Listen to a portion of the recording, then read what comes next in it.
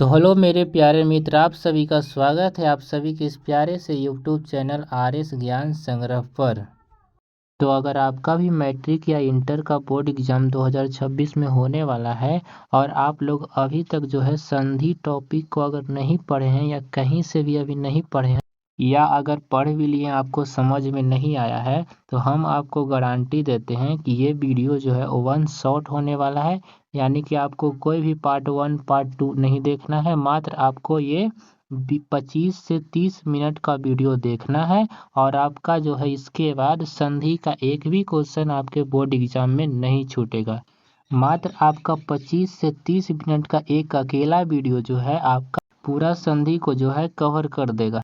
और आपको हम इस वीडियो में हैंड रिटन नोट्स से पढ़ाएंगे, तो आप लोग यहाँ से जो है हैंड रिटन नोट्स से आप लोग अपना नोट्स भी बना सकते हैं। और अगर आपको इसका PDF चाहिए तो आप लोग हमारे व्हाट्सएप ग्रुप में जुड़ जाइएगा, इसका लिंक वीडियो के डिस्क्रिप्शन में है, वहाँ से पर्सनल मैसेज कीजिएगा तो हम आपको इसका PDF भी प्रोवाइड करवा देंगे। तो अगर आप हमारे चैनल पर नए हैं तो चैनल को सब्सक्राइब जरूर कर दीजिएगा और वीडियो को ज़्यादा से ज़्यादा अपने दोस्तों तक ज़रूर शेयर कीजिए। और आप लोग वीडियो को शुरू से लेकर के अंत तक देखिए, आपका जो है संधि से एक भी क्वेश्चन इससे बाहर नहीं आएगा, एक भी क्वेश्चन आपका नहीं छूटेगा। सारा कॉन्सेप्ट आपको हम समझा देंगे और बिल्कुल सरल भाषा में आपको हम समझाने का प्रयास करेंगे। तो आप लोग इस वीडियो को स्टार्ट करने से पहले आप लोग एक पेन और कॉपी ले लीजिएगा और जो जो पॉइंट हम बताते जाएंगे आप लोग जो है उसको लिख भी सकते हैं, या आप लोग वीडियो को पहले एक बार समझ लीजिए और दोबारा देख करके इसको नोट कर लीजिएगा अपने कॉपी में। तो चलिए बिना देर के हम वीडियो को स्टार्ट करते हैं और अपने टॉपिक पर आते हैं। तो आज का टॉपिक हम लोग का संधि है और संधि जो है यहाँ से स्टार्ट होता है। तो आप लोग वीडियो को ध्यान से देखिएगा, आप लोग को बिल्कुल हम आसान भाषा में सारा कॉन्सेप्ट को समझा देंगे। तो सबसे पहले हम लोग जानेंगे कि संधि का अर्थ क्या होता है। तो संधि का जो अर्थ होता है मिलन या जुड़ना होता है, यानी कि जब दो वर्ण आपस में मिलता है और जब उससे जो विकार उत्पन्न होता है यानी कि परिवर्तन होता है, उसी को ही हम लोग संधि कहते हैं। यहाँ पर संधि का परिभाषा है कि दो निकटवर्ती वर्णों के सार्थक मेल से उत्पन्न विकार को क्या कहते हैं, संधि कहते हैं।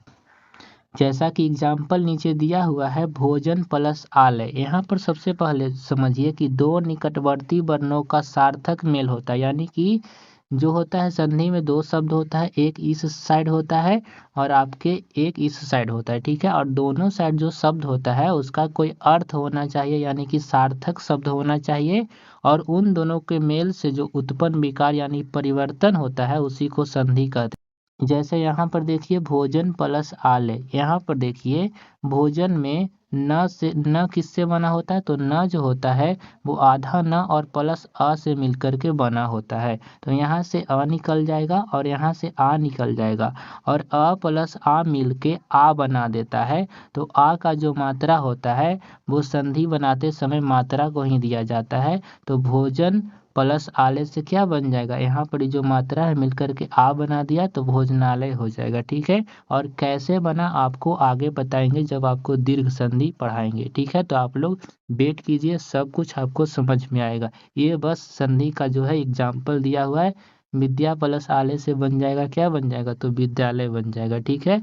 उसके बाद हम लोग पढ़ेंगे कि संधि को अलग करने की प्रक्रिया होता है उसे क्या कहते हैं। तो आपके बोर्ड एग्जाम में पूछा जाता है कि संधि को अलग करने की प्रक्रिया को क्या कहते हैं, तो संधि विच्छेद कहते हैं, ठीक है।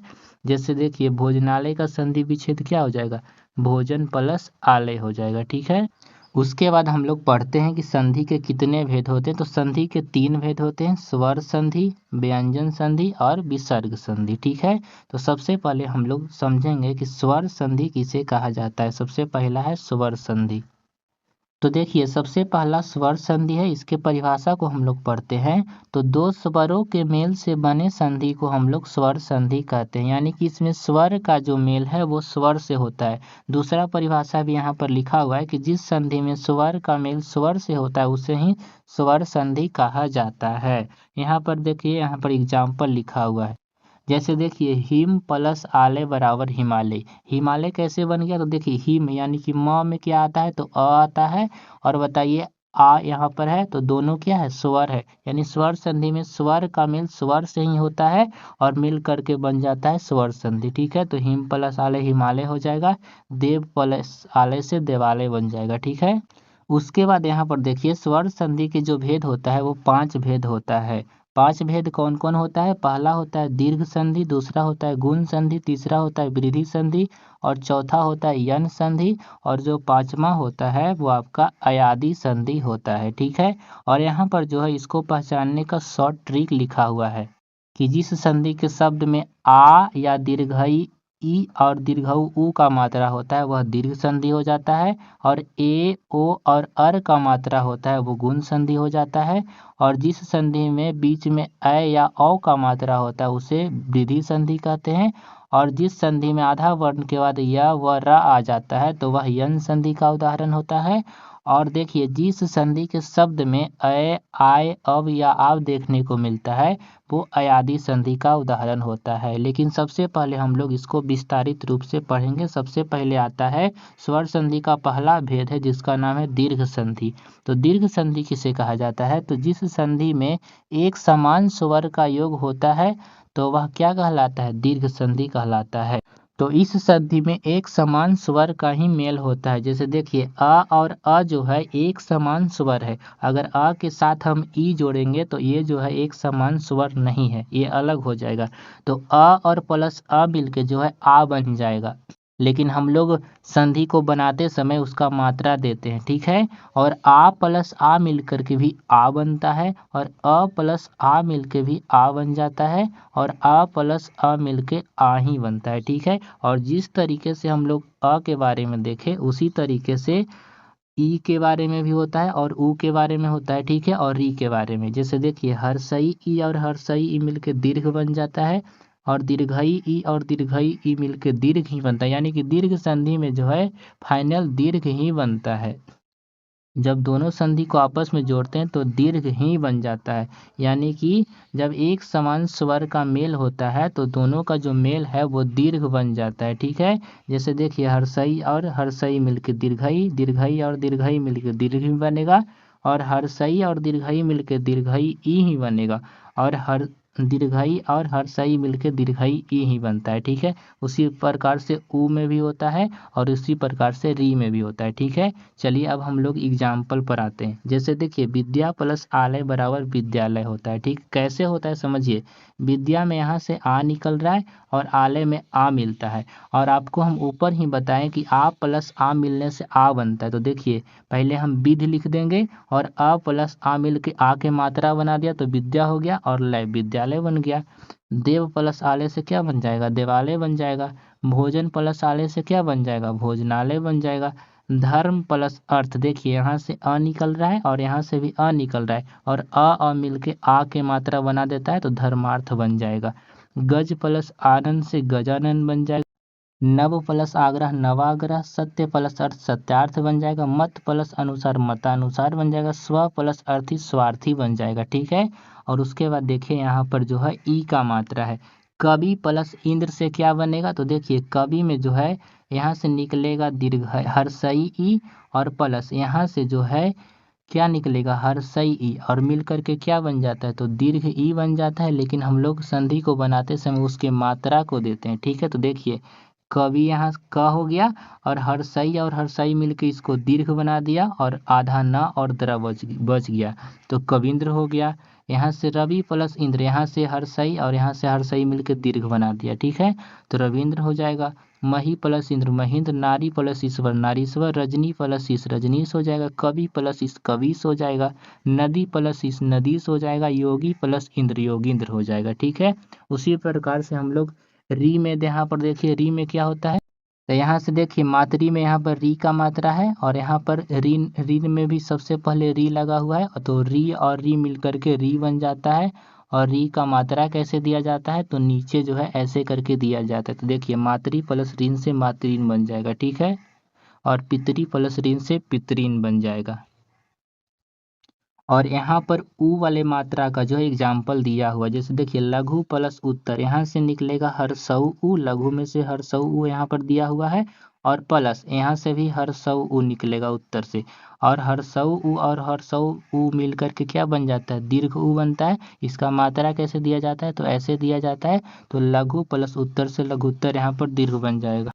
आगे लिखा हुआ है लघु प्लस उर्मी से लघुर्मी, यानी कि दीर्घ ही बनता है। ठीक है, तो दीर्घ संधि पहचानने का सिंपल है कि दीर्घ का मात्रा आ का मात्रा रहेगा, या दीर्घई ई या दीर्घऊ उ का मात्रा रहेगा। ठीक है, तो वो होता है दीर्घ संधि। भानु प्लस उदय भानुदय, लघु प्लस उत्सव लघुत्सव, भू प्लस ऊर्जा भूर्जा बन जाएगा। ठीक है, दूसरा है गुण संधि। तो गुण संधि किसे कहते हैं, तो जिस संधि में आ और आ के बाद हर्षई ई या दीर्घई आए तो दोनों मिलकर के ए बन जाता है, और आ के बाद अगर हर्षऊ उ या दीर्घऊ उ आता है तो दोनों मिलकर के ओ बन जाता है, और आ के बाद अगर री आता है तो दोनों मिलकर के अर बन जाता है। ठीक है, अगर आपको ऐसे नहीं समझ में आ रहा है तो देखिए यहाँ पर सिंपल नियम लिखा हुआ है कि आ के बाद अगर हर्षई ई या दीर्घई ई आएगा तो ए बन जाएगा। जैसे अ के बाद अगर हर्षई ई आ जाए, चाहे आ के बाद हर्षई ई आ जाए, चाहे आ के बाद दीर्घई ई आ जाए, या आ के बाद दीर्घई ई आ जाए,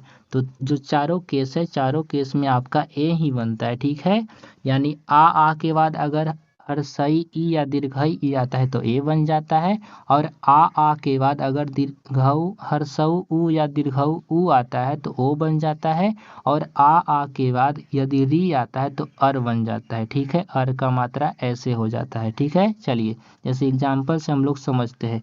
नर प्लस ईस बराबर नरेश कैसे बन गया, देखिए यहाँ पर र में क्या छुपा हुआ, अ छिपा हुआ है, और प्लस यहाँ पर क्या है ई, तो अ के बाद अगर हर्षई ई आ जाए या दीर्घई ई आ जाए तो ए बन जाता है। तो हम लोग बनाते समय मात्रा देते हैं, तो नर प्लस इससे क्या बन जाएगा, नरेश हो जाएगा। स्व प्लस इच्छा, यानी कि स्व में आ रहा है और यहाँ पर ई आ रहा है दीर्घई ई, और मिल करके कोची बनेगा, तो ए का मात्रा मिल करके क्या बन जाएगा, तो ए का मात्रा बना देगा, तो यहाँ पर स्वेच्छा हो जाएगा। रामा प्लस इंद्र रमेंद्र हो जाएगा, राजा प्लस राजेश, परम प्लस ईश्वर परमेश्वर हो जाएगा।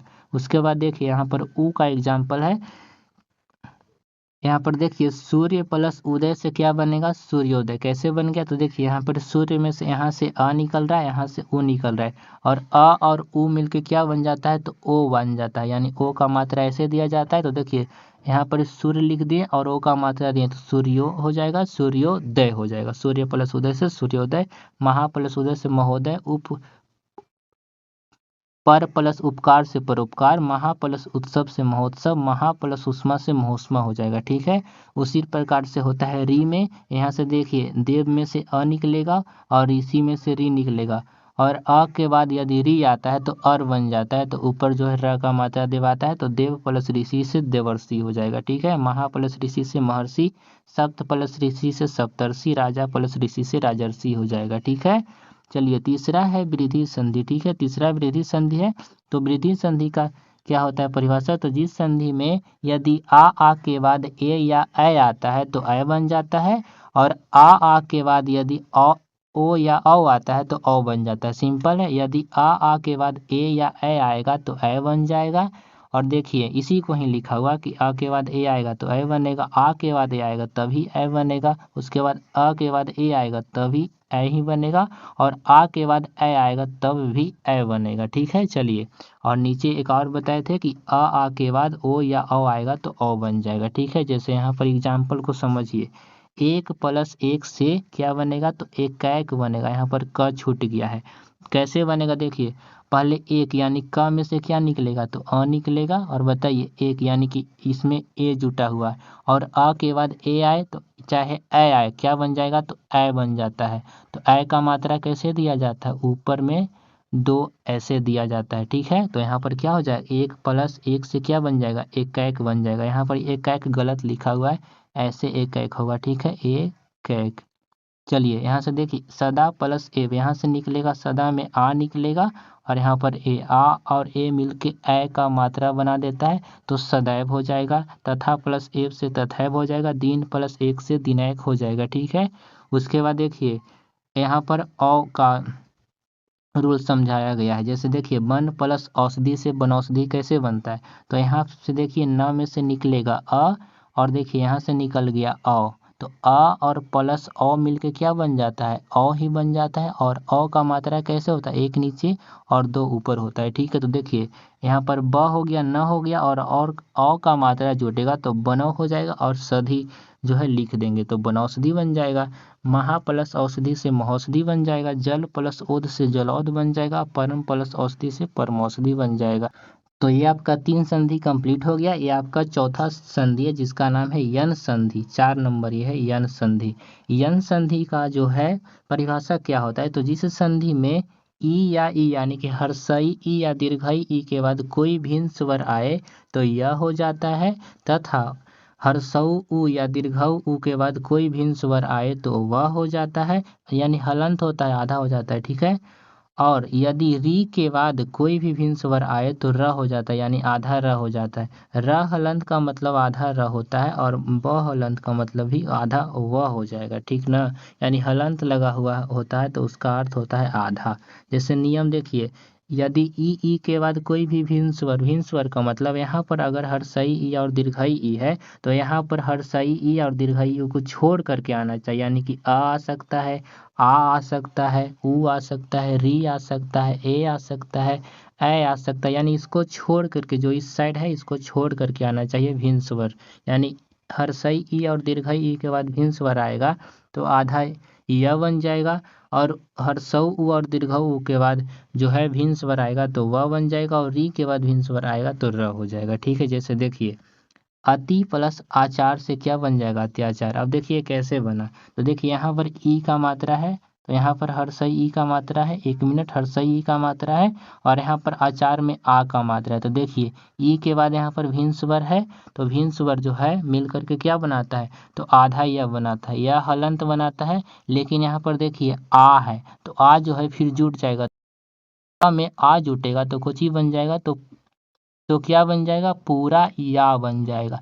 तो क्या हो गया, अति प्लस आचार अ, और ये जो है पहले वाला जो वर्ण होता है वो आधा हो जाता है तो आधा हो गया, त हो गया, और यहाँ पर से हर्षई ई और आ मिल करके जो है या बना दिया तो या हो गया, और 4 बच गया जिसको लिख दे तो अति प्लस आचार से अत्याचार हो गया। इति प्लस आदि से इत्यादि हो जाएगा। अति प्लस अंत से अत्यंत हो जाएगा। अधि प्लस अच से अध्यक्ष हो जाएगा। सु प्लस इच्छा से शुभेच्छा हो जाएगा। यहाँ पर जो है गलत लिखा हुआ है, सु प्लस आगतम से स्वागतम हो जाएगा। ठीक है, चलिए तो ये आपको समझ में आ गया। उसके बाद देखिए मातृ प्लस आलय से मात्रालय जो है कैसे बनता है आप लोग समझिए। यहाँ से जो है री का मात्रा निकल रहा है, मातृ में से री, और आ यहाँ से निकल रहा है आ, तो री के बाद भिन्न स्वर आता, तो री के बाद यदि भिन्न स्वर आता है तो र बन जाता है, तो र बन जाता है। लेकिन यहाँ से पूरा अ है, र हलंत बनता है, लेकिन यहाँ से पूरा आ है उसको फिर जोड़ दिया जाता है तो रा बन जाएगा। तो देखिए तो यहाँ से क्या निकला, तो मातृ प्लस आलय से मात्रालय कैसे बना, तो यहाँ से रा बना, लेकिन इससे पहले देखिए त लगा हुआ है तो यहाँ पर पहले त भी लगा हुआ है तो त में रा जुटेगा तो क्या बन जाएगा, यानी त हलंत और र मिल करके क्या बनता है, तो री बन जाता है। उसी प्रकार से यहाँ पर त हलंत है और यहाँ से री और आ मिल करके क्या बना दिया, पूरा रा बना दिया, तो त हलंत और रा मिल करके जो है वो त्र बन जाएगा। यहाँ से री नहीं, ये गलत हो जाएगा, री नहीं सॉरी, त हलंत और र मिल करके बनता है क्या, त्र बनता है, री नहीं त्र बनता है। तो उसी प्रकार से देखिए त हलंत और रा मिल करके क्या बन जाएगा, तो त्रा बन जाएगा, त्रा बन जाएगा। तो यहाँ से मात्रालय हो जाएगा।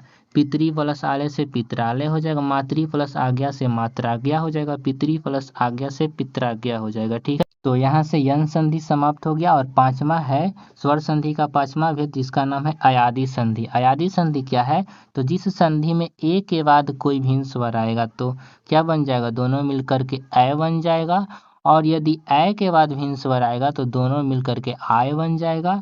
और उसके बाद देखिए ओ के बाद भिन्न स्वर आएगा तो क्या बन जाएगा, अब बन जाएगा, और औ के बाद भिन्न स्वर आएगा तो आब बन जाएगा। यहाँ पर देखिए लिखा हुआ है, जैसे देखिए ए के बाद भिन्न स्वर आएगा तो ए बन जाएगा, ए के बाद भिन्न स्वर आएगा तो आय बन जाएगा, ओ के बाद भिन्न स्वर आएगा तो अब बन जाएगा, और औ के बाद भिन्न स्वर आएगा तो आब बन जाएगा। जैसे यहाँ पर आप लोग समझिए ने प्लस अन, यहाँ पर देखिए ने यानी कि न, और प्लस यहाँ पर क्या जुटा हुआ, तो ए का मात्रा जुटा हुआ है, और ए के साथ यहाँ पर क्या आ रहा है, आ रहा है, यानी ए के बाद भिन्न स्वर आता है तो क्या बन जाता है, अय आ जाता है, अय आ जाता है। तो न में अगर हम अय को जोड़ेंगे तो क्या बन जाएगा, नय बन जाएगा। तो यहाँ से नय बन गया और न जो बचा उसको फिर लिख देंगे तो नयन हो जाएगा। चे प्लस अन से चयन हो जाएगा, से प्लस अन से शयन। उसके बाद देखिए नय प्लस अक से नायक कैसे बनेगा, तो देखिए सबसे पहले जो है यहाँ पर न हो जाएगा और न के बाद देखिए यहाँ पर ए का मात्रा जुटा हुआ है, क्या जुटा हुआ है, ए, और ए के बाद भिन्न स्वर क्या आया हुआ, अ। तो ए के बाद यदि अ आता है तो क्या बनता है, तो आय बनता है। तो न में आय जोड़ेंगे तो नाय बन जाएगा, तो यहाँ से नाय हो जाएगा और क बचा हुआ तो क को लिख देंगे तो नायक हो जाएगा। गए प्लस अक से गायक हो जाएगा, नय प्लस इका से नायिका हो जाएगा। नायिका गलती लिखा हुआ, नायिका इस प्रकार से लिखाएगा, ठीक है, नायिका। चलिए आगे समझिए, पौ प्लस अक से पावक कैसे बनेगा। देखिए प और प्लस औ से मिल गया क्या, पौ बना है। तो देखिए प हलंत, उसके बाद देखिए क्या जुटा हुआ है, तो अ जुटा हुआ है। और अभी हम आपको बताएं कि औ के बाद यदि भिन्न स्वर कोई भी आता है तो क्या बनता है, तो आब बनता है। तो प में आब जोड़ेंगे तो क्या बनेगा, पाव बन जाएगा। और क है तो क को लिख देंगे, पावक हो जाएगा। श्रव प्लस अक से श्रावक, पौ प्लस अन से पावन, पो प्लस अन से पवन, ये कैसे बनेगा, तो देखिए पहले प हलंत और ओ मिलकर के पो बनता है और उसके बाद भिन्न स्वर आ गया, अ आ गया, तो ओ के बाद यदि भिन्न स्वर आता है तो अब बन जाता है। तो प में अब जुड़ेगा तो क्या बन जाएगा, पब बन जाएगा। प और ब पब बन जाएगा और न है बचा हुआ तो न को लिख देंगे तो पवन हो जाएगा। भो प्लस अन से भवन, श्रो प्लस अन से श्रवण हो जाएगा। तो इस प्रकार से आपका स्वर संधि का जो 5 भेद है, दीर्घ संधि, वृद्धि संधि, यन संधि, अयादि संधि और गुण संधि, पांचों संधि जो है हम आपको समझा दिए। और उसके बाद स्वर के बाद आते हैं हम लोग व्यंजन संधि में। जैसा कि आपको हम ऊपर ही बताए थे कि स्वर संधि, संधि के 3 भेद, स्वर संधि, व्यंजन संधि और विसर्ग संधि।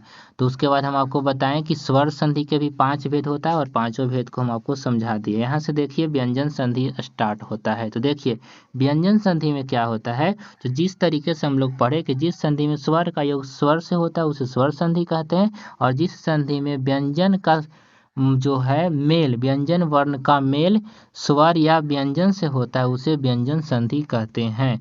जैसे व्यंजन वर्ण है और व्यंजन वर्ण का मेल स्वर या व्यंजन से होगा तो व्यंजन संधि कहलाता है। एग्जाम्पल में समझिए, उत प्लस चारण से उच्चारण कैसे बनेगा, तो देखिए यहाँ पर त हलंत है और यहाँ से चा है, तो यहाँ पर त क्या है, तो व्यंजन ही है, और च क्या है, तो व्यंजन ही है, और व्यंजन का मेल हो रहा है तो बन गया क्या, व्यंजन संधि। यानी उच्चारण कौन सा संधि हो जाएगा, व्यंजन संधि। सम प्लस गम से संगम हो जाएगा। कैसे होगा आपको हम आगे बताएंगे, सब्र कीजिए, ठीक है, सब समझ में आएगा। नेक्स्ट देखिए यहाँ पर, तो जिस प्रकार से आप लोग पढ़े कि संधि 3 प्रकार का होता है, स्वर संधि, व्यंजन संधि और विसर्ग संधि। तो स्वर संधि में 5 भेद होता था, लेकिन व्यंजन संधि में जो है व्यंजन संधि का एक भी भेद नहीं होता है, लेकिन इसमें जो है भेद की जगह पर नियम होता है। इसमें नियम के अनुसार व्यंजन संधि को बनाया जाता है। तो व्यंजन संधि में कोई भेद तो नहीं होता है, लेकिन इसमें नियम होता है। और आपको व्यंजन संधि में आपको हम 11 नियम बताएंगे, ठीक है। और देखिए हम चाहते तो आपको 5 से 6 नियम बता देते, आपके लिए हो जाता, लेकिन अगर आप लोग 11 नियम को पढ़ लेंगे तो उसके बाद आपको बोर्ड एग्जाम में कोई भी कठिनाई झेलने को नहीं मिलेगा, ठीक है। और 11 जो नियम है बहुत ही आसान है, कुछ कुछ नियम आपको लगेगा टफ, बट कोई कोई नियम जो है बहुत ही आसान है, ठीक है। तो आप लोग बस समझने पर फोकस कीजिएगा। तो पहला नियम इसका क्या है कि यदि म हलंत के बाद, देखिए हम लोग व्यंजन को हलंत लगा के लिखते हैं, और क्यों लिखते हैं, क्योंकि ये जो व्यंजन है म जो है ना, वो म हलंत और प्लस अ से मिल करके बनता है, और बिना जो है स्वर के मिलने से जो है वो अधूरा ही रहता है, इसलिए जो है हलंत लगा करके व्यंजन को लिखा जाता है। तो आप लोग समझिए, यदि म हलंत के बाद कोई स्पर्श व्यंजन, स्पर्श व्यंजन क्या होता है, तो क से लेकर के म तक जो होता है वो स्पर्श व्यंजन होता है, आए तो म हलंत का क्या हो जाता है, अनुस्वार हो जाता है।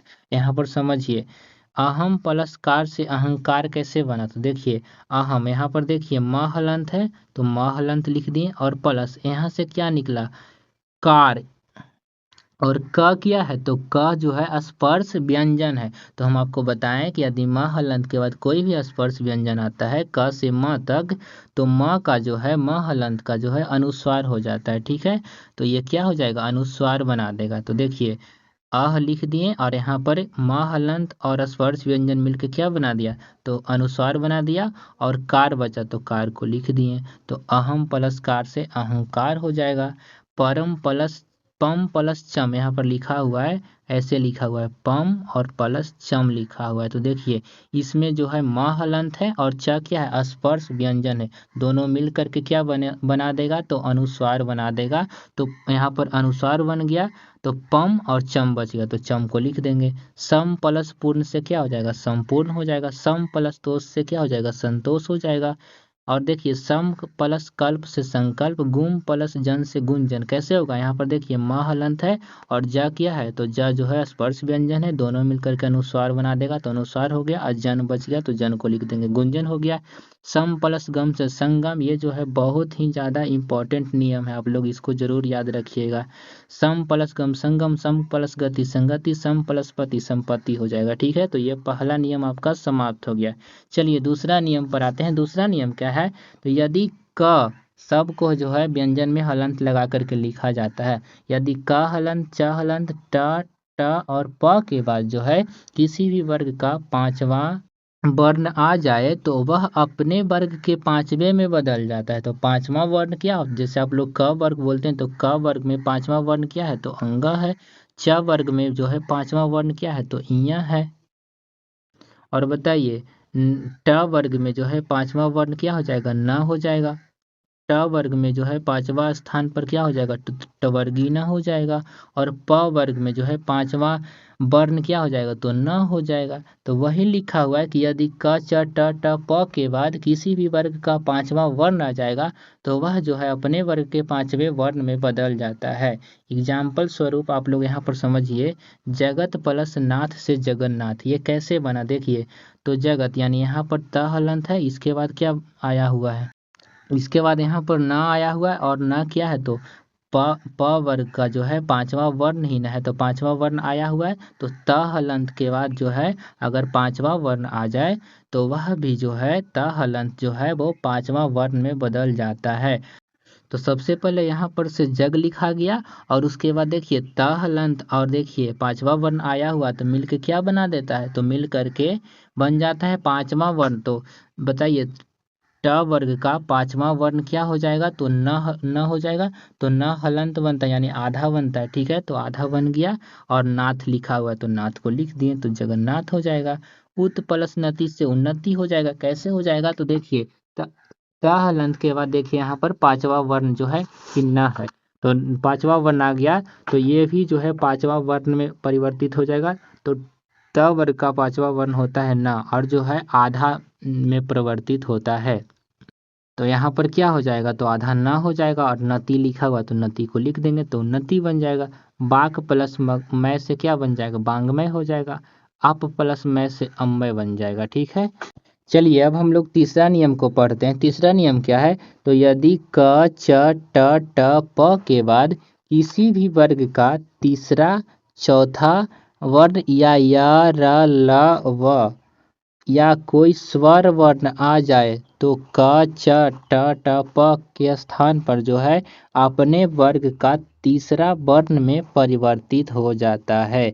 जैसे आपको ये नहीं समझ में आया, तो यहाँ पर आपको समझ में आ गया। देखिए शॉर्ट में लिखा हुआ, यदि क च ट ट प के बाद किसी भी वर्ग का तीसरा वर्ण आ जाए, या चौथा वर्ण आ जाए, या र ल व आ जाए, या कोई स्वर आ जाए। स्वर का मतलब आ जाए, आ जाए, हर सही ई आ जाए, ऊ आ जाए, हर दीर्घ ऊ आ जाए, या री आ जाए, यानी कोई भी स्वर वर्ण आ जाए, तो वह जो है क च ट ट प है जो है वो अपने ही वर्ग का तीसरा वर्ण में जो है बदल जाता है।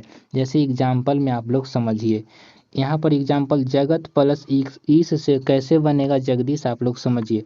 तो जगत यानी कि यहाँ पर त हलंत है, और उसके बाद देखिए ये कोई स्वर आया हुआ है ना, इसके बाद क्या रहना चाहिए, तीसरा चौथा पांचवा वर्ण, तीसरा या चौथा वर्ण रहना चाहिए, या र ल व होना चाहिए, या कोई स्वर भी रह सकता है। तो देखिए यहाँ पर स्वर है ना, तो त हलंत के बाद जो है यहाँ पर क्या लिखा हुआ है, तो स्वर लिखा हुआ है जो कि ई लिखा हुआ है, दीर्घई ई। तो देखिए त हलंत के बाद यदि ई आ जाता है तो ये जो है अपने तीसरा वर्ण में परिवर्तित हो जाता है। तो त का तीसरा क्या हो जाएगा, तो त थ द हो जाएगा, तो द हो जाएगा। और ई जो है यहाँ पर दीर्घई ई है, इस ये मिल करके क्या बना देगा, तो दी बना देगा। ठीक है, तो जगत प्लस ई, तो यहाँ से जग हो गया और त हलंत और ई मिल करके जो है द बनाया और ई फिर से जुड़ जाता है तो दी बना देगा और स बन गया, जगदीश हो गया। तो सत प्लस आचार से सदाचार हो जाएगा। त का तीसरा क्या होता है, द होता है ना, तो सदाचार हो जाएगा। तत् प्लस भव से तद्भव हो जाएगा। जत प्लस जगत प्लस आनंद से जगदानंद हो जाएगा। दिक प्लस अंबर से दिगंबर हो जाएगा। ठीक है, कैसे हुआ, तो देखिए यहाँ पर क्या लिखा हुआ है, तो क हलंत है और क हलंत के बाद देखिए यहाँ पर अ आया हुआ है, तो क हलंत के बाद कोई स्वर आया हुआ है तो ये तीसरा में बदलेगा यानी कि ग में बन जाएगा। और यहाँ पर अ है तो यहाँ पर क्या हो जाएगा, तो पूरा इसको ग बना देगा। ये जो अ है ग आता, आधा ग आता, लेकिन अ मिलकर के पूरा ग बना दिया। तो दी ग और आधा म और ब लिखा हुआ है तो दिगंबर हो जाएगा। दिक प्लस भ्रम से दिग्भ्रम हो जाएगा। अच प्लस ऐ से अजय हो जाएगा। बाक प्लस ईस से बागीस हो जाएगा। ठीक है, चलिए अब आते हैं हम लोग 4 नंबर पर। तो यहाँ से हम लोग चौथे नियम को पढ़ेंगे, लेकिन इससे पहले हम आपको एक बात के लिए सॉरी बोलना चाहते हैं कि हम आपको बोले थे कि 30 मिनट के अंदर हम पूरा संधि को पढ़ा देंगे, लेकिन देखिए पढ़ाना वो अलग बात था, शॉर्ट तरीके से पढ़ाते तो पढ़ा देते, लेकिन देखिए आपको हम नियम वाइज पढ़ा रहे हैं, समझा समझा करके बता रहे, इसके लिए जो है टाइम लग जाएगा। इसलिए हम आप ही चाहते हैं आपका जो वीडियो है कम से कम जो है 1 घंटा के अंदर का हो जाएगा, यानी कि 60 मिनट के अंदर हो जाएगा। लेकिन आपको ये भी हम बता दें कि इससे ज़्यादा नहीं होगा। और आप क्या समझते 1 घंटा में, यानी कि एक वीडियो में जो है आपका पूरा संधि कंप्लीट हो जा रहा है, इससे बढ़िया बात क्या हो सकता है। तो चलिए इसी प्रकार से हम लोग खुशी खुशी से नियम चौथे को पढ़ते हैं। चौथा नियम क्या कहता है, तो यदि त हलंत या द हलंत, ठीक से आप लोग पढ़िएगा। सबसे पहले यदि त हलंत या द हलंत के बाद ल हलंत रहे तो त हलंत और द हलंत जो है ला हलंत में परिवर्तित हो जाता है। समझ में आया आपको, यदि त हलंत और द हलंत के बाद यदि आपको ल दिख जाए तो त हलंत और द हलंत जो है किसमें परिवर्तन हो जाता है, तो ल हलंत यानी आधा ल में परिवर्तित हो जाता है।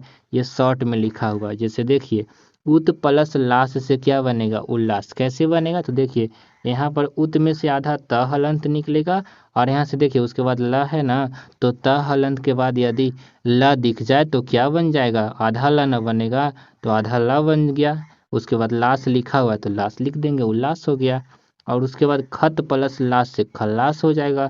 तत् प्लस लीन से क्या हो जाएगा, तल्लीन हो जाएगा। उत प्लस लेख से उल्लेख हो जाएगा।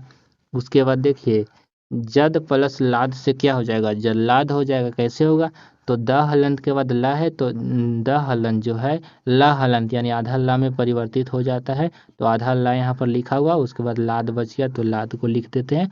तो जद प्लस लाद से जल्लाद हो जाएगा। ठीक है, जल्लाद कौन होता है, जो किसी भी व्यक्ति को जो फांसी देने का काम करता है। चलिए तो देखिए आगे 5वां नियम है। तो 5वां नियम क्या है, तो यदि ता हलंत के बाद च हलंत या छ मिल जाए, तो यदि ता हलंत के बाद आपको च या छ आए तो त हलंत का परिवर्तन च हलंत में हो जाता है। यानी कि यदि आपको त हलंत के बाद जो है आपको च या छ दिख जाए तो त हलंत जो है आधा च हलंत का मतलब क्या होता है, आधा आधा च में परिवर्तित हो जाएगा। जैसे देखिए सत प्लस चरित से सच्चरित कैसे हो गया, देखिए यहाँ पर से त हलंत है और यहाँ पर च दिख रहा है, तो त हलंत के बाद अगर च दिख जाए तो ये जो है आधा च में परिवर्तित हो जाता है, च हलंत यानी आधा च में हो गया। तो स हो गया, उसके बाद आधा च दे दिए और जो बच गया उसको सेम टू सेम लिख देंगे, चरित्र सच्चरित हो जाएगा। तत् प्लस छाया से तत्छाया हो जाएगा। उत प्लस चार से उच्चार हो जाएगा। ठीक है, चलिए यहाँ पर न लिखना चाहिए, उत प्लस चारण से उच्चारण हो जाएगा। ठीक है, चलिए आगे हम लोग पढ़ते हैं नियम छठा, यानी कि छठे नियम 6 नंबर नियम को पढ़ते हैं। तो देखिए ये नियम भी बिल्कुल आसान है, उसी तरह से है। यदि त हलंत के बाद आपको ज या झ मिल जाए, उसमें च था इसमें जा और झा है, तो ट हलंत के बाद आपको ज या झ आए तो त हलंत का परिवर्तन ज हलंत में हो जाता है। तो देखिए उत प्लस ज्वल से क्या हो जाएगा उज्ज्वल, कैसे होगा, तो देखिए त हलंत यहाँ पर लगा हुआ है, उसके बाद देखिए ज है तो ज यहाँ पर लिखा हुआ है। तो बताइए ये जो है त हलंत के बाद अगर ज या झ मिल जाए तो ये किस में परिवर्तित हो जाता है, तो ज हलंत यानी आधा ज में, तो उ लिख दिए और ये जो है आधा ज में परिवर्तित हो गया और सेम टू सेम ये लिख देंगे ज्वल, तो उज्ज्वल हो जाएगा। सत प्लस जन से क्या हो जाएगा सज्जन हो जाएगा। त और ज मिल करके क्या बना देता है, तो ज हलंत यानी आधा ज, तो आधा ज हो गया और जन को लिख दिए तो क्या हो जाएगा सत प्लस जन से सज्जन हो जाएगा। ठीक है, तो देखिए सातवां नियम क्या कहता है, तो यदि म हलंत के बाद म आ जाए तो म हलंत का जो परिवर्तन है वो नहीं होता है, म हलंत का म हलंत ही रह जाता है। कैसे, देखिए सम प्लस मान से सम्मान कैसे हो गया, तो देखिए यहाँ पर म हलंत है और आपको बताएं कि म हलंत के बाद यदि म आ जाए, यहाँ पर म आ रहा है तो म हलंत का परिवर्तित है वो नहीं होता है। कैसे नहीं होता, देखिए यहाँ पर स लिखा गया, म हलंत का मतलब क्या होता है आधा म, तो आधा म लिखा गया और मान यानी सेम टू सेम हो गया। म हलंत का कोई परिवर्तित नहीं होगा, म हलंत का कोई परिवर्तन नहीं होगा। कब नहीं होता है, जब म हलंत के बाद म आ जाता है। तो म हलंत के बाद म आ रहा है तो सम्मति हो जाएगा। म हलंत के बाद इसमें भी क्या आ रहा है, तो म यहाँ पर म हो जाएगा तो संपत्ति हो जाएगा। सम प्लस पति से संपत्ति, एक मिनट, ये जो है एग्जाम्पल इसमें नहीं होगा क्योंकि देखिए यहाँ पर म हलंत के बाद म हलंत के बाद म नहीं ना आ रहा है, तो ये इसमें नहीं होगा। आगे देखिए सम प्लस मुख से क्या हो जाएगा, यहाँ पर देखिए म आ रहा है तो इसमें काम कर जाएगा सम्मुख हो जाएगा। ठीक है, ये एग्जाम्पल आप लोग नहीं लिखिएगा। चलिए, यानी म हलंत के बाद म आ जाता है तो म हलंत का कोई परिवर्तन नहीं होता है। देखिए आठवां नियम क्या कहता है कि यदि म हलंत के बाद कोई अंता अस्त वर्ण आ जाए, अंता अस्त वर्ण कौन सा होता है, य र ल व, या उष्म वर्ण आ जाए, उष्म व्यंजन कौन सा होता है, तलवी समूर्धनी सडंटी सा और ह होता है, ये सब आ जाए तो म हलंत का अनुस्वार हो जाता है। म हलंत का जो परिवर्तन है वो किस चीज में हो जाता है, तो अनुस्वार में हो जाता है। जैसे देखिए सम प्लस विधान से संविधान कैसे बना, तो देखिए म हलंत के बाद देखिए व आया हुआ है और ब क्या है, तो अंत अस्त व्यंजन है ना, तो म हलंत के बाद यदि अंत अस्त व्यंजन आ जाए तो म हलंत का जो है परिवर्तन किस में हो जाता है, तो अनुस्वार में हो जाता है। तो स के बाद अनुस्वार लिख दिए और देखिए विधान सेम टू सेम लिखा गया तो संविधान हो जाएगा। सम प्लस बंद यानी सम प्लस बाद, तो म हलंत के बाद देखिए ओ व आ रहा है तो वह क्या है, तो आपका अंत अस्त व्यंजन है, तो इसका परिवर्तन जो है अनुस्वार में हो गया तो संवाद यहाँ से बन जाएगा। सम प्लस सार से संसार, सम प्लस योग से संयोग, सम प्लस यम से संयम, सम प्लस हार से संहार हो जाएगा। ठीक है, चलिए नौवां नियम पर अब हम लोग आते हैं। नौवां नियम क्या है, तो यदि ह्रस्व, ह्रस्व का अर्थ क्या होता है, अ ई या हर्षव उ के बाद छ आ जाए तो दोनों वर्णों का समूह करने से पहले जो है च हलंत यानी आधा च को जोड़ देते हैं।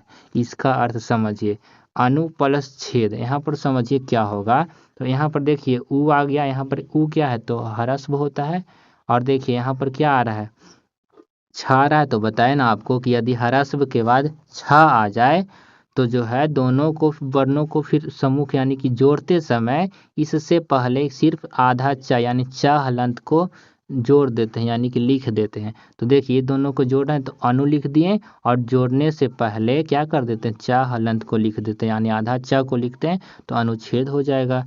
परि प्लस छेद से परिच्छेद हो जाएगा, स्व प्लस छंद से स्वच्छंद हो जाएगा। ठीक है, तो ये आपका नौवां नियम कंप्लीट हो गया। ठीक है, तो 9 नियम आपका कंप्लीट हो गया और उसके बाद देखिए सॉरी हम आपको बोल दिए थे, गलती से शायद बोल दिए कितना 11 नियम ना, लेकिन इसमें आपको 9 नियम ही पढ़ना है। तो चलिए एक आपका टेंशन थोड़ा सा तो कम हुआ कि 2 नियम कम गया।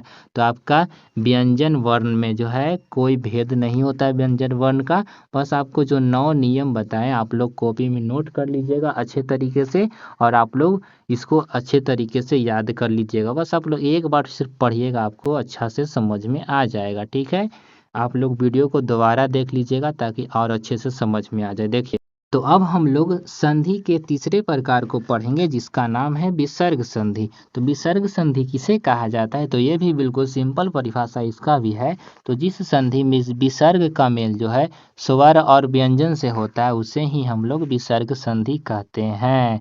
जैसे आप लोग व्यंजन में पढ़े थे कि जिस संधि में व्यंजन का मेल स्वर या व्यंजन से होता है तो उसे व्यंजन संधि कहते हैं। और विसर्ग संधि में सेम पढ़ेंगे कि जिस संधि में विसर्ग का मेल स्वर या व्यंजन से होता है उसे हम लोग विसर्ग संधि का। जैसे देखिए मनः प्लस रथ से क्या बने जाएगा, मनोरथ। कैसे बनेगा ये आपको नियम पढ़ के पता चलेगा। व्यंजन संधि का भी कोई भेद नहीं होता, इसका भी नियम होता है, ठीक है। मनः प्लस हर से मनोहर, देखिए यहाँ से व्यंजन का मेल किससे हो रहा है, तो सॉरी विसर्ग का मेल किससे हो रहा है, तो व्यंजन से हो रहा है ना, तो क्या हो जाएगा, मनोहर व्यंजन संधि हो जाएगा। अब इसमें हम लोग क्या पढ़ेंगे, तो जिस प्रकार से हम लोग व्यंजन संधि में 9 नियम को पढ़े उसी प्रकार से हम लोग विसर्ग संधि में मात्र आपका 7 नियम को पढ़ना है और सातों नियम को हम लोग मात्र 5 से 10 मिनट के अंदर में समाप्त कर लेंगे। तो आप लोग ध्यान से देखिएगा। चलिए पहला नियम क्या कहता है, तो यदि विसर्ग के पहले आ या आ हो, क्या है, विसर्ग के पहले आ या आ हो और विसर्ग के बाद किसी भी वर्ग का तीसरा चौथा या पांचवा वर्ण हो या र ल व ह हो तो विसर्ग का जो है ओ हो जाता है। विसर्ग का परिवर्तन किस में हो जाता है, ओ में, और इसमें बनाते समय मात्रा को यूज किया जाता है तो ओ बन जाता है। यहाँ पर समझिए यदि विसर्ग, यहाँ पर विसर्ग है ना, विसर्ग के पहले आ या आ रहना चाहिए और विसर्ग के बाद किसी भी वर्ग का तीसरा चौथा या पांचवा वर्ण हो या र ल या व और ह हो तो जो है विसर्ग है उसका क्या हो जाता है, ओ बन जाता है। विसर्ग ओ में परिवर्तन हो जाता है।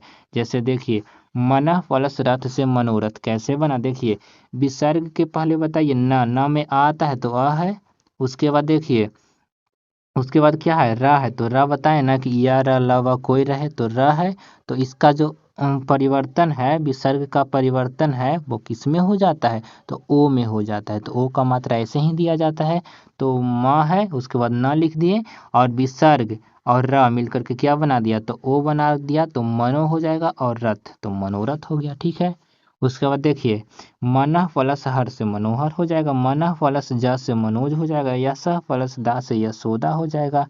उसी प्रकार से और भी जो शब्द लिखा हुआ है सब उसी प्रकार से हो जाएगा। मनः प्लस रंजन मनोरंजन, सर प्लस ज सरोज हो जाएगा, यश प्लस धरा यशोधरा हो जाएगा, अध प्लस लिखित अधोलिखित हो जाएगा, ठीक है।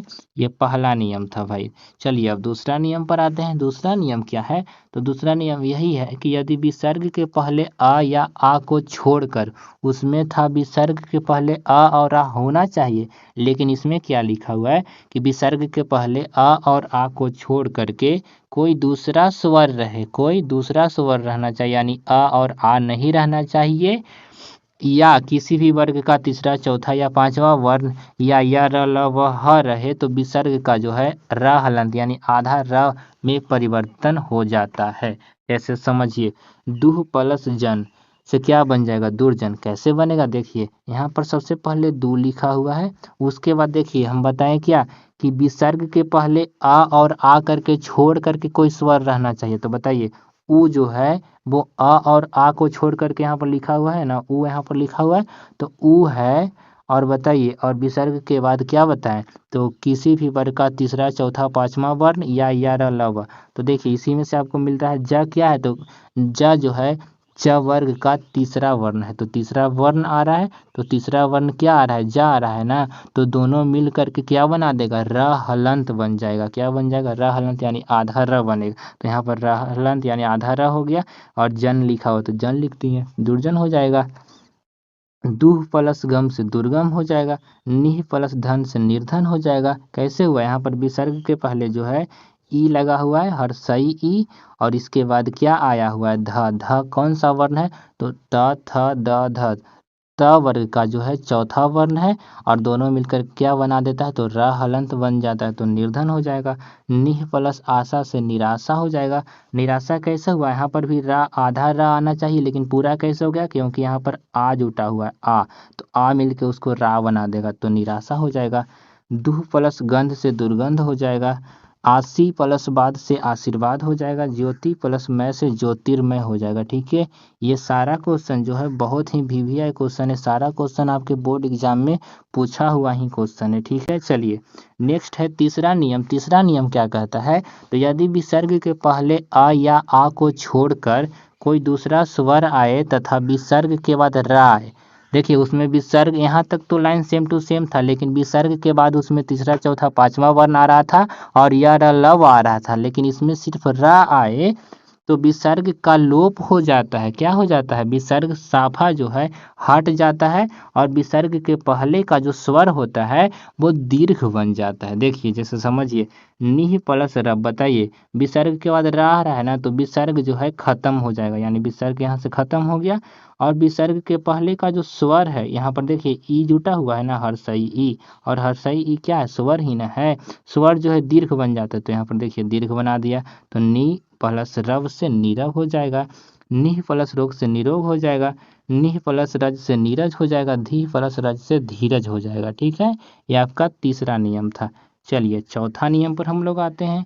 देखिए चौथा नियम क्या कहता है, तो यदि विसर्ग के पहले कोई स्वर हो, विसर्ग के पहले कोई स्वर यानी अ आ हर्षई दीर्घई हर्षऊ दीर्घऊ ये सब रहना चाहिए, और विसर्ग के बाद यदि च छ और तलवी स मिल जाए, इसमें से कोई भी मिल जाए, तो वर्ण जो है विसर्ग का क्या हो जाता है, विसर्ग जो है तलवी स में परिवर्तित हो जाता है।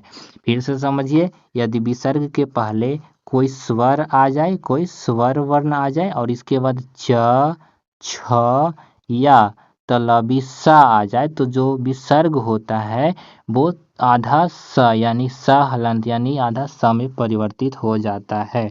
यहाँ पर समझिए एग्जाम्पल, निह प्लस चय से निश्चय कैसे बना। देखिए यहाँ पर देखिए विसर्ग के पहले बताइए कोई स्वर है ना, इसमें नी जो है, इसमें ई क्या है, तो ह्रस्व ई, ये क्या है, स्वर ही ना है।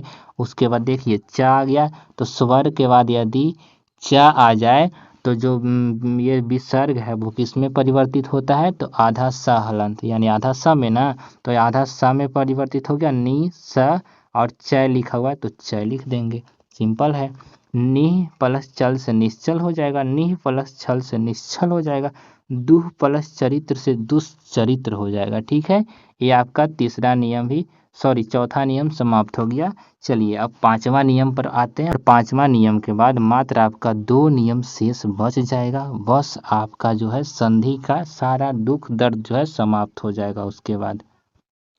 तो देखिए पांचवा नियम क्या है, तो यदि विसर्ग के पहले कोई भी स्वर हो, यह भी जो है वैसा ही थोड़ा सा है, लेकिन यहाँ पर चेंज है। देखिए यदि विसर्ग के बाद कोई स्वर रहना चाहिए और विसर्ग के बाद उसमें क्या था, तो च छ और क्या, च छ और तलवी सना, और इसमें दूसरा चीज लिखा हुआ है, दूसर क्या है, तो देखिए इसमें त थ और दंती स हो, तो विसर्ग का जो परिवर्तन है वो दंती स हलंत में हो जाता है। अब एग्जाम्पल से हम लोग समझते हैं, जैसे देखिए नमः प्लस ते से नमस्ते कैसे बना। देखिए पहले हम लोग नम को लिखेंगे और यहाँ से देखिए विसर्ग के पहले क्या है, स्वर है ना, न में आ आता है, तो अ क्या है, स्वर है, और उसके बाद देखिए क्या आ गया, ता आ गया, और ता हम बताए थे ना, ता आ गया, तो क्या बन जाता है, तो दंती स हलंत यानी कि दंती स जो है आधा लिखा जाता है, तो नम पहले लिख दिए, उसके बाद देखिए आधा स हो गया और ते था तो ते को लिख दिया, नमस्ते हो गया। ठीक है, और यहाँ से देखिए ये दोनों नहीं है, ये दोनों नहीं है। ठीक है, यहाँ से देखिए नी प्लस तेज, तो पहले नी लिख देंगे और विसर्ग के पहले क्या है, स्वर आया हुआ, उसके बाद क्या है ता है, तो स्वर और ता मिल करके आधा स हलंत बन जाता है और तेज निस्तेज हो जाएगा, बीह प्लस तार से विस्तार हो जाएगा। ठीक है, ये आपका पांचवा नियम था और ये आपका छठा नियम है। छठा नियम क्या है, तो यदि विसर्ग के पहले अ या आ हो और विसर्ग के बाद क या प हो, क्या बताएं आपको,